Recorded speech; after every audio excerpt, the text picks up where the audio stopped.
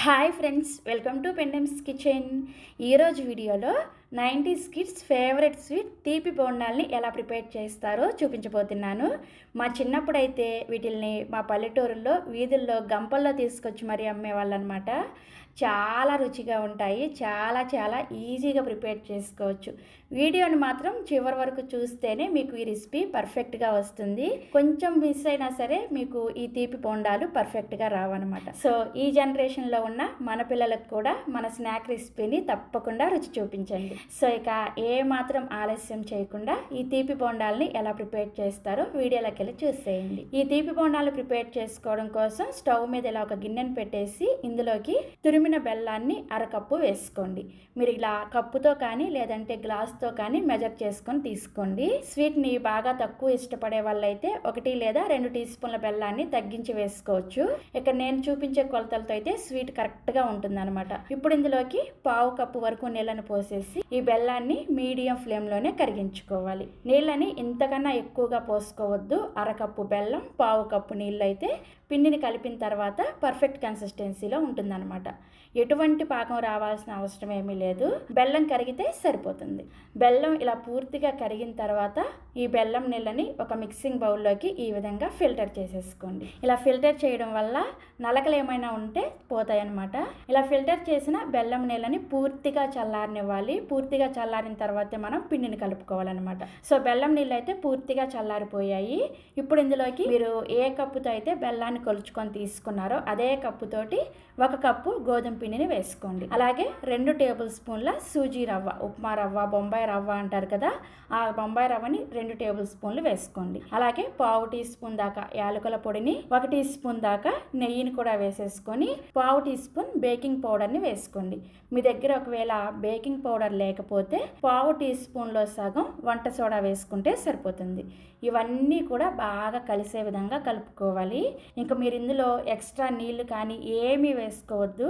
ఇక్కడ నేను చెప్పిన కొలతలు ఎగ్జాక్ట్గా ఫాలో అయ్యారు అంటే నేను చూపించబోయే విధంగా తీపి బోండాలు చాలా పర్ఫెక్ట్గా, పైన క్రిస్పీగా, లోపల సాఫ్ట్గా వస్తాయన్నమాట. సో పిండిని మరి చపాతీ పిండిలాగా గట్టిగా లేకుండా చూసారా, ఇలా కొంచెం పలచగా ఉండే విధంగా కలుపుకోవాలి. చెప్పాను కదా ఆల్రెడీ, కొలతలు ఎగ్జాక్ట్గా ఫాలో అయితే పిండి మీకు కూడా ఈ విధంగా రెడీ అవుతుంది అనమాట.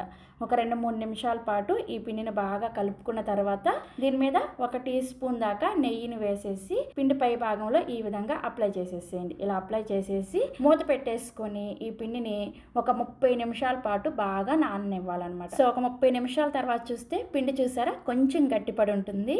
ఇందులో రవ్వ వేసాం కదా, ఆ రవ్వ బెల్లం నీళ్ళని పీల్చుకొని ఇలా గట్టిపడుతుంది అనమాట. పిండి నానిన తర్వాత కూడా మరీ మనకి చపాతీ పిండిలా గట్టిగా ఉండదు అనమాట. ఇలా కొంచెం పలచగానే ఉండాలి.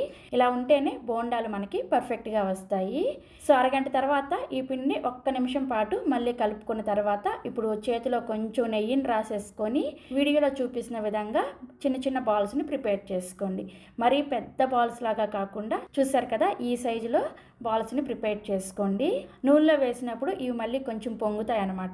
ఇదే విధంగా పిండి అంతా కూడా బాల్స్ని ప్రిపేర్ చేసుకోవాలి. ఇక్కడ నాకైతే మొత్తం 1 కప్పు పిండికి 13 బాల్స్ అయితే వచ్చాయన్నమాట. సో 1 కప్పు పిండికి మనకి 12 నుంచి 13 బోండాలు అయితే రెడీ అవుతాయి. దాన్ని బట్టి మీరు కొలతల్ని పెంచుకోవడం కానీ తగ్గించుకోవడం కానీ చేసుకోండి. ఇప్పుడు ఈ బోండాలని వీడియోలో చూపిస్తున్న విధంగా ఈ విధంగా కత్తితో 2 వైపులు కూడా ఈ విధంగా ఘాట్లు పెట్టేసుకోండి. ఇలా ఘాట్లు పెట్టుకుంటేనే బోండాలు చక్కగా వేగుతాయి అనమాట. నెక్స్ట్ ఇప్పుడు ఈ బోండాలను వేయించుకోవడం కోసం డీప్ ఫ్రైకి సరిపడా నూనెను పెట్టుకొని, నూనె బాగా వేడిగా ఉండకూడదు, ఖచ్చితంగా మీడియం హీట్లో ఉండే విధంగానే చూసుకోండి. నూనె ఒకవేళ మరీ ఎక్కువ వేడిగా ఉందనుకోండి, ఈ బోండాలు నూనెలో వేసిన వెంటనే కాలా జామున్ లాగా నల్లగా వచ్చేస్తాయి, అస్సలు వేగవన్నమాట. అందుకని ఖచ్చితంగా మీడియం హీట్లో ఉన్నప్పుడే నూనె మంటని లో ఫ్లేమ్లో పెట్టుకొని మాత్రమే ఈ బోండాలను వేసుకొని నిదానంగా బోండాలని వేయించుకోవాలి. నూనె ఎక్కువ వేడిగా ఉన్నప్పుడు కనుక బోండాలు వేసేసారంటే మాత్రం మీకు పచ్చి పచ్చిగా ఉండిపోతాయి, కానీ పైన రంగు వచ్చేస్తాయి అనమాట. ఎందుకంటే ఇందులో మనం గోధుమ పిండి, బెల్లం యూస్ చేసాం కాబట్టి బోండాలు తొందరగా రంగు వచ్చే ఛాన్సెస్ ఉంటాయి.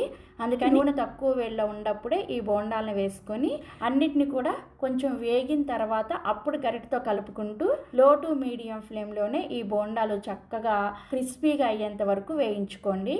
అయితే ఈ బోండాలు నూనెలో ఉన్నప్పుడు అయితే కొంచెం మెత్తగానే అనిపిస్తాయి, పైన మనకి రంగు వచ్చి వేగినట్లుగా కనిపిస్తుంది కదా, ఈ విధంగా వేగితే సరిపోతుంది.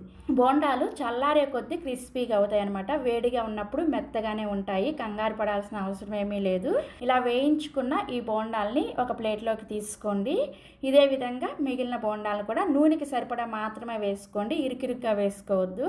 ఈ విధంగా అన్ని బోండాలను కూడా వేయించుకున్న తర్వాత పూర్తిగా చల్లారిన తర్వాత మాత్రమే సర్వ్ చేసుకోండి. అప్పుడే మీకు పైన ఇలా క్రిస్పీగా లోపల సాఫ్ట్గా బోండాలు చాలా చాలా రుచిగా ఉంటాయి. ఇక నేను మీకు ఒకటి తుంచి చూపిస్తున్నాను, చూసారు కదా.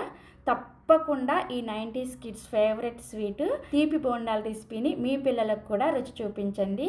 మీరు ఎప్పుడు ట్రై చేస్తున్నారో కామెంట్ సెక్షన్లో నాతో షేర్ చేసుకోవడం అస్సలు మర్చిపోవద్దు. అలాగే ట్రై చేసిన తర్వాత టేస్ట్ ఎలా ఉందో కూడా నాతో చెప్తారు కదా. మరిన్ని ఎమ్మీ అండ్ టేస్టీ రెసిపీస్ కోసం వెంటనే మన పెండెమ్స్ కిచెన్ని సబ్స్క్రైబ్ చేసేసుకోండి. Thank you.